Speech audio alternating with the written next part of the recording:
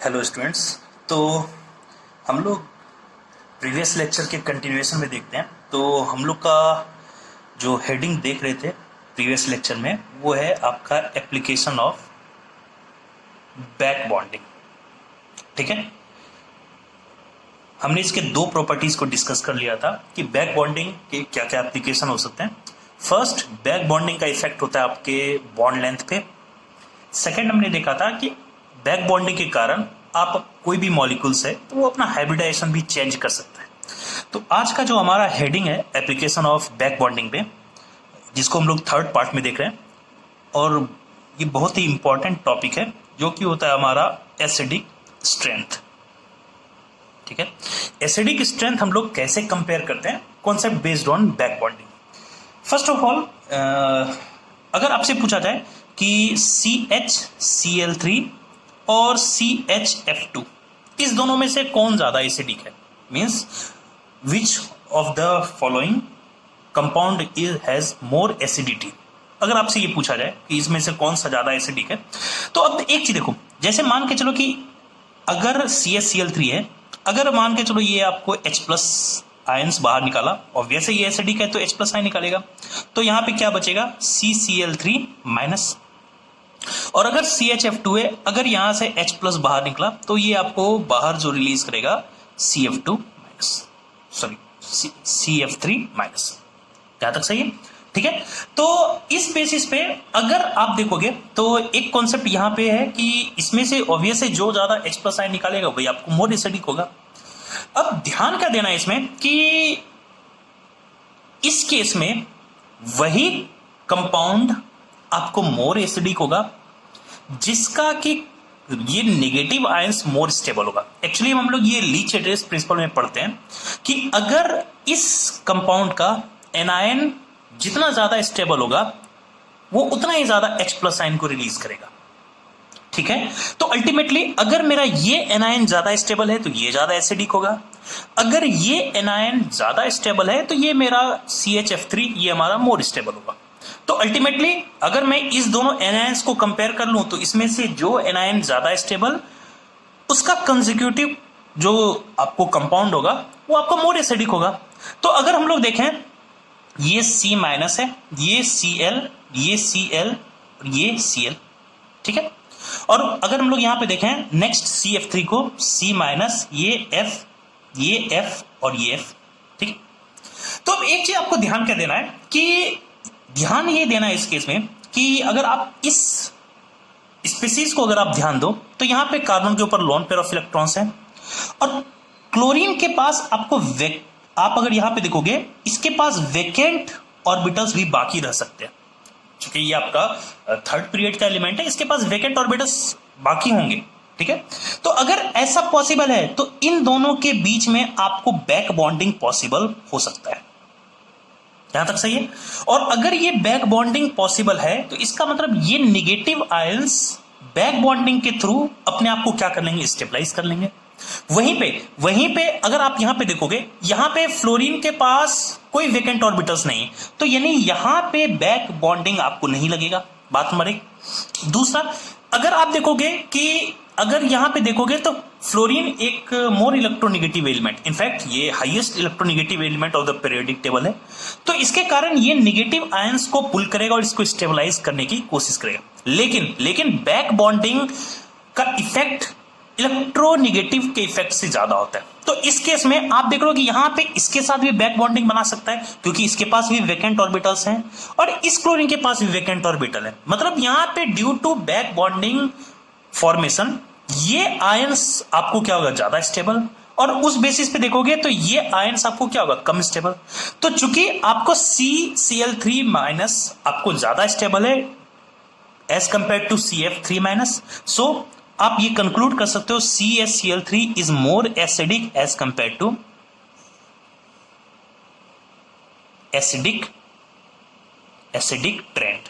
ठीक है। और आप इसको कंपेयर देखो, अगर आपको बैक बॉन्डिंग का कॉन्सेप्ट ध्यान में नहीं रहेगा तो यहां पे एक गलती होता है। यहां पे गलती क्या हो सकता है, अगर आप सपोज कि इसको बैक बॉन्डिंग का कॉन्सेप्ट अगर आपको ध्यान में नहीं रहा तो आप सिंपल कंपेयर किस पे करोगे, इलेक्ट्रोनिगेटिविटी के बेसिस पे। तो अगर आप इलेक्ट्रोनिगेटिविटी के बेसिस पे कंपेयर करोगे तो फ्लोरीन तो क्लोरीन से ज्यादा इलेक्ट्रोनिगेटिव है, तो उस केस में आपको दिखेगा कि ये आयंस आपको मोर स्टेबल होगा एज कंपेयर टू ये आयंस। तो आपको ये लग सकता है कि CHF3 is more acidic as compare to CCl3, ठीक है। लेकिन ऐसा नहीं होता है, इसका एक्चुअल ट्रेंड होता है ये, और इसको हम लोग एक्सप्लेन करते हैं बेस्ड ऑन बैक बॉन्डिंग। इसको हम लोग किस बेसिस पे एक्सप्लेन करते हैं, बैक बॉन्डिंग के बेसिस पे। तो ये ध्यान रखना, ये बहुत इंपॉर्टेंट क्वेश्चन है और ये पूछा भी जाता है, ठीक है। तो ये हमारा फर्स्ट एक कॉन्सेप्ट है जिसको एसिडिक स्ट्रेंथ को हम लोग कंपेयर किए, ठीक है। चलो नेक्स्ट क्वेश्चन देखना है आपको ये मान के चलो फर्स्ट क्वेश्चन था, आपको कंपेयर करना है सेकंड क्वेश्चन में कि BF3 और BH3 में कौन ज्यादा, आपको किसका एसिडिक कैरेक्टर ज्यादा है। ऑब्वियस है, अगर आप देखोगे तो दोनों में से पूछा जा रहा है कि कौन सा ज्यादा स्ट्रॉन्ग लुईस एसिड है, कौन सा वीक लुईस एसिड है, ठीक है। तो देखो अब सबसे पहला चीज है कि यहां पे कि अगर हम लोग इसको एक्सप्लेन करें बेस्ड ऑन इलेक्ट्रोनिगेटिविटी, अगर हम लोग इसको एक्सप्लेन करें तो आपको दिखेगा कि बोरॉन, ये फ्लोरीन, वहीं पे यहां पे बोरॉन, ये हाइड्रोजन और ये हाइड्रोजन। तो ऑब्वियस है फ्लोरीन की इलेक्ट्रोनिगेटिविटी आपको हाइड्रोजन से ज्यादा होती है। तो ये क्या करेगा, बोरॉन से मोर एंड मोर इलेक्ट्रॉन को खींचेगा, और अगर इसके खींचेगा तो इस बोरॉन के पास इलेक्ट्रॉन की और कमी हो जाएगी, और इस बेसिस पे आपको ये दिखेगा कि ये आपको बोरॉन मोर इलेक्ट्रॉन डिफिशिएंट है एज कंपेयर टू ये। तो आप इस बेसिस पे एक्सपेक्ट कर सकते हो, एक्सपेक्टेड आपको ट्रेंड क्या हो सकता है कि BF3 is more acidic as compare to BH3, ठीक है। और ये हम लोग किस बेसिस पे एक्सप्लेन कर रहे हैं, बेस्ड ऑन इलेक्ट्रोनिगेटिविटी, लेकिन एक्चुअली में ऐसा नहीं होता है। क्योंकि यहां पे फिर से मुझे ध्यान देना है, एक चीज अगर आप ऑब्जर्व करो, ये BF3 का स्ट्रक्चर है और वहीं पे अगर मैं देखूं ये BH3 का स्ट्रक्चर है। तो देखो यहां पे बोरॉन जो है, बोरॉन के पास वेकेंट ऑर्बिटल्स है, यहां पे फ्लोरीन के पास यहां पे लोन पेयर्स है। तो अगर यहां पे लोन पेयर्स हैं और इसके बगल में वेकेंट ऑर्बिटल्स हैं तो यहां आपको बैक बॉन्डिंग पॉसिबल हो सकता है, बिल्कुल हो सकता है। और अगर बैक बॉन्डिंग पॉसिबल हो सकता है तो बोरॉन की इलेक्ट्रॉन डिफिशियंसी को आपको फ्लोरीन ज्यादा ओवरकम करेगा, ठीक है। मैं इसको फिर से एक बार समझाऊंगा, पहले आप एक बार देखो। उसी तरह से ये फ्लोरीन आपको ये लग सकता है कि ये इलेक्ट्रोनिगेटिविटी से ज्यादा इलेक्ट्रॉन खींचेगा, लेकिन ड्यू टू बैक बॉन्डिंग ये क्या करेगा, ये इलेक्ट्रॉन्स को बोरॉन को शिफ्ट करेगा। तो इसके कारण चूंकि इसके पास 3 फ्लोरीन है तो ये तीनों फ्लोरीन बोरॉन को इलेक्ट्रॉन प्रोवाइड कर सकता है और इस बोरॉन की इलेक्ट्रॉन डिफिशियंसी को कम कर सकता है। क्या यहां पे आपके पास बोरॉन के पास वेकेंट ऑर्बिटल्स है, बिल्कुल है। क्या हाइड्रोजन के पास लोन पेयर्स है, क्या नहीं। तो इस केस में यहां पे अगर लोन पेयर नहीं है तो यहां पे बोरॉन और हाइड्रोजन के बीच में आपको बैक बॉन्डिंग पॉसिबल नहीं हो सकता। तो इस बेसिस पे अगर आप इसको देखोगे तो चूंकि यहां पे बैक बॉन्डिंग पॉसिबल नहीं है और इस केस में आपको बैक बॉन्डिंग पॉसिबल है, तो यहां पे बोरॉन की इलेक्ट्रॉन डिफिशियंसी कम रहेगी और यहां पे बोरॉन की इलेक्ट्रॉन डिफिशियंसी ज्यादा रहेगी। तो इस बेसिस पे आपका जो एक्चुअल एसिडिक ट्रेंड होता है तो BH3 is more acidic as compare to, ये क्या होता है इसका एक्चुअल एसिडिक ट्रेंड, ये क्या होता है इसका एक्चुअल एसिडिक ट्रेंड। बहुत इंपॉर्टेंट है, याद रखना कि कभी भी बैक बॉन्डिंग अगर पॉसिबल होता है तो वो इलेक्ट्रोनिगेटिविटी से मोर पावरफुल इफेक्ट जनरेट करता है। तो ऑल्दो आपको देख के लगेगा कि बोरॉन इलेक्ट्रोनिगेटिव है तो ये इलेक्ट्रॉन को पुल करेगा और बोरॉन को और ज्यादा इलेक्ट्रो डिफिशिएंट बना देगा, और इस बेसिस पे आपको लग सकता है कि बोरॉन चूंकि इसके पास इलेक्ट्रॉन बहुत ही कम है तो ये मोर एसिडिक बिहेव कर सकता है। लेकिन कहानी उल्टा होता है। एक्चुअली में क्या होता है, due to back bonding boron की इलेक्ट्रॉन डिफिशियंसी को फ्लोरीन ओवरकम कर देता है। तो बोरॉन के पास इलेक्ट्रॉन की कमी ज्यादा नहीं रहती है, लेकिन क्योंकि बैक बॉन्डिंग यहां पे फॉर्म नहीं कर सकता है BH3 में, इस बोरॉन के पास इलेक्ट्रॉन डिफिशियंसी रहती है। तो इस बेसिस पे BH3 is more acidic as compare to BF3। ठीक है, तो ये ध्यान रखना, ये एक इंपॉर्टेंट आपको यहां पे क्वेश्चन बनता है। यहां तक सही है? ठीक है, चलो तो इस बेसिस पे अगर हम लोग नेक्स्ट इसका एप्लीकेशन अगर हम लोग देखना शुरू करें, एक जो आपको क्वेश्चन जनरली एसिडिक कैरेक्टर पे पूछा जाता है, वो पूछा जाता है acidic character of boron halide, of boron halide. बहुत इंपॉर्टेंट है ये, आप इसको एक बार ध्यान से देखना, ये कि बोरॉन हैलाइड के एसिडिक कैरेक्टर आप कैसे कंपेयर करो। जैसे आपके पास है BF3, उसके बाद है BCl3, उसके बाद है आपको BBr3 और लास्ट में आपको है Bi3। यहां तक सही है? तो अगेन अगर आपको इनिशियली अगर आपको बैक बॉन्डिंग का कॉन्सेप्ट नहीं पता रहेगा, तो अगर आप इसके इलेक्ट्रोनेगेटिविटी के बेसिस पे एक्सप्लेन करोगे, तो on the basis of electronegativity अगर आप इसको एक्सप्लेन करोगे तो आपको ये दिखेगा कि बोरॉन है, ये फ्लोरीन और ये फ्लोरीन, ये बोरॉन है, ये क्लोरीन और ये क्लोरीन, बोरॉन है, ये ब्रोमीन और ये ब्रोमीन, और ये बोरॉन है, ये आयोडीन, ये आपको दिखेगा। अब देखो, अगर आप यहां पे देखोगे, हर बोरॉन के पास सिर्फ और सिर्फ 6 इलेक्ट्रॉन है, यानी सारे के सारे बोरॉन आपको क्या है, इलेक्ट्रॉन डिफिशिएंट है, ये तो तय है। अब अगर आप इसको इलेक्ट्रोनेगेटिविटी के बेसिस पे अगर आप इसको देखोगे, तो आपको ये दिखेगा कि फ्लोरीन तो मोर इलेक्ट्रोनेगेटिव है। अगर ये इलेक्ट्रोनेगेटिव है, तो ये इलेक्ट्रॉन को यहां से क्या करेगा, ये क्या करेगा, इस इलेक्ट्रॉन को यहां से पुल करेगा। और क्लोरीन चूंकि फ्लोरीन से कम इलेक्ट्रोनेगेटिव है, तो ये बोरॉन से कम इलेक्ट्रॉन को पुल करेगा, और इस तरह से आयोडीन सबसे कम इलेक्ट्रॉन को पुल करेगा। तो आपको ये समझ में आ सकता है कि चूंकि बोरॉन खुद ही इलेक्ट्रॉन डिफिशिएंट पहले था, अगर फ्लोरीन है तो ये इससे और ज्यादा इलेक्ट्रॉन को पुल करेगा, तो इस बोरॉन के पास इलेक्ट्रॉन की और भी कमी रहेगी। चूंकि आयोडीन की इलेक्ट्रोनेगेटिविटी सबसे कम है, तो आयोडीन बोरॉन से कम इलेक्ट्रॉन खींच पाएगा, तो बोरॉन की इलेक्ट्रॉन डिफिशिएंसी कम रहेगी। तो अगर आप इलेक्ट्रोनेगेटिविटी के बेसिस पे एक्सप्लेन करोगे, तो आपको सबसे ज्यादा इलेक्ट्रॉन की कमी बोरॉन के पास दिखेगी BF3 में। इसका मतलब ये मोर एसिडिक होगा। तो आप ये एक्सपेक्ट कर सकते हो, मैं याद रखना, मैं यहां पे लिख रहा हूं, आप ये एक्सपेक्ट कर सकते हो कि आपको सबसे ज्यादा एसिडिक कौन सा होगा, BF3, उसके बाद कौन सा होगा, BCl3, उसके बाद कौन सा होगा, BBr3, और उसके बाद कौन सा होगा, Bi3। याद रखना, इसको मैं किस बेसिस पे एक्सप्लेन कर रहा हूं, इलेक्ट्रोनेगेटिविटी में। ठीक है, और अगर आपने इलेक्ट्रोनेगेटिविटी बेसिस पे इसको एक्सप्लेन किया, तो ये आपका आंसर गलत हो जाएगा। ठीक है, इसका एक्चुअल ट्रेंड क्या होता है, इसका एक्चुअल ट्रेंड होता है BF3 सबसे कम आपको एसिडिक होता है, उसके बाद BCl3 उससे ज्यादा एसिडिक होता है BBr3, और सबसे ज्यादा एसिडिक कौन सा होता है, ये क्या है आपको एसिडिक ट्रेंड, ये क्या है आपको एसिडिक ट्रेंड। बात नंबर 1। अब देखो, इसको एक्सप्लेन क्या करते हैं, अब इसको एक्सप्लेन हम लोग अगेन किस बेसिस पे करते हैं, इसको हम लोग एक्सप्लेन करते हैं बेसिस ऑफ बैक बॉन्डिंग। इसको किस बेसिस पे एक्सप्लेन करते हैं, बैक बॉन्डिंग पे। कैसे, तो इसको हम लोग यहां पे देखते हैं।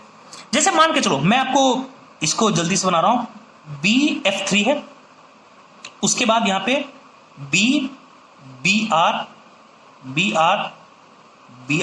ठीक है, उसी तरह से BCl और Cl।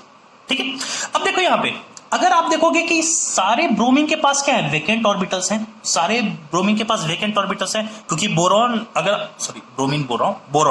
चूंकि आपके ये बोरॉन जो है ये आपके इलेक्ट्रॉन डिफिशिएंट है।